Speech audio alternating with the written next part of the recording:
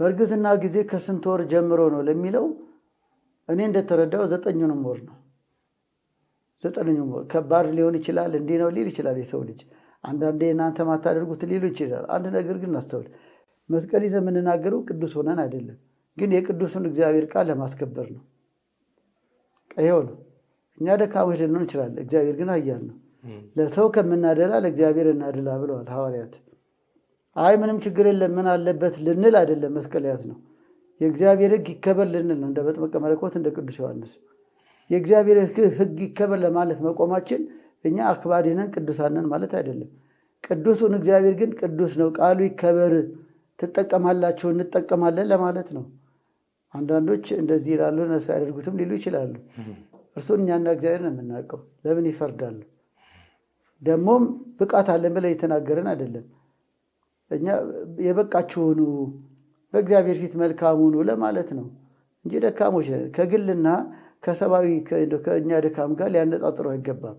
ለእግዚአብሔር ስለምናደላ ነው። ቅዱስ ጳውሎስ ለእግዚአብሔር ቀናተኛ እኛለን ይላል የሐዋርያት ሥራ ምዕራፍ 22 ላይ።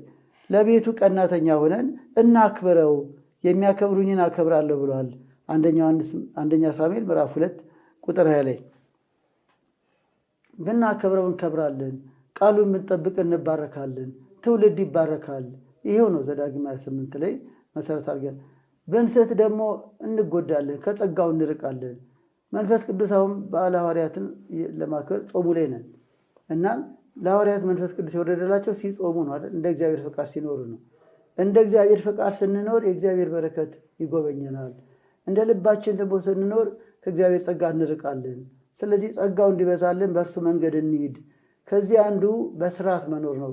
በጋብቻ ላይ ከስርዓት አንዱ 9 ወር ተቆጥቦ ራስን ገዝቶ ማሳለፍ ነው የሚል ነው እና እኔ እንደተረዳሁት 9 ለምን ከተጸነሰ ጀምሮ ህይወት አለው።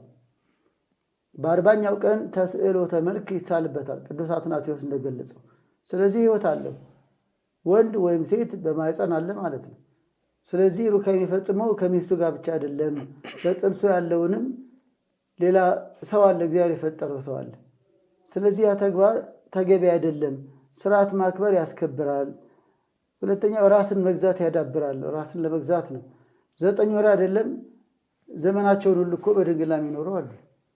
9 ወር ራስን ጠብቆ መቆየት ትዳር እኮ ኮንትራት አይደለም፣ ኑሮ ነው። 9 ወር ቢቆጠቡ ከዛ በኋላ 90 ዓመትም እግዚአብሔር ከሰጣቸው እድሜ አብረው የሚኖሩ ናቸው እና ራስን መግዛት ደግሞ ራሱ ህይወትን ማዳበሪያ ነው። ገላትያ ምዕራፍ 5 ላይ የእግዚአብሔር መንፈስ ራስን የመግዛት ነው ይላል። ግን ራስን ባለመግዛት አልችልም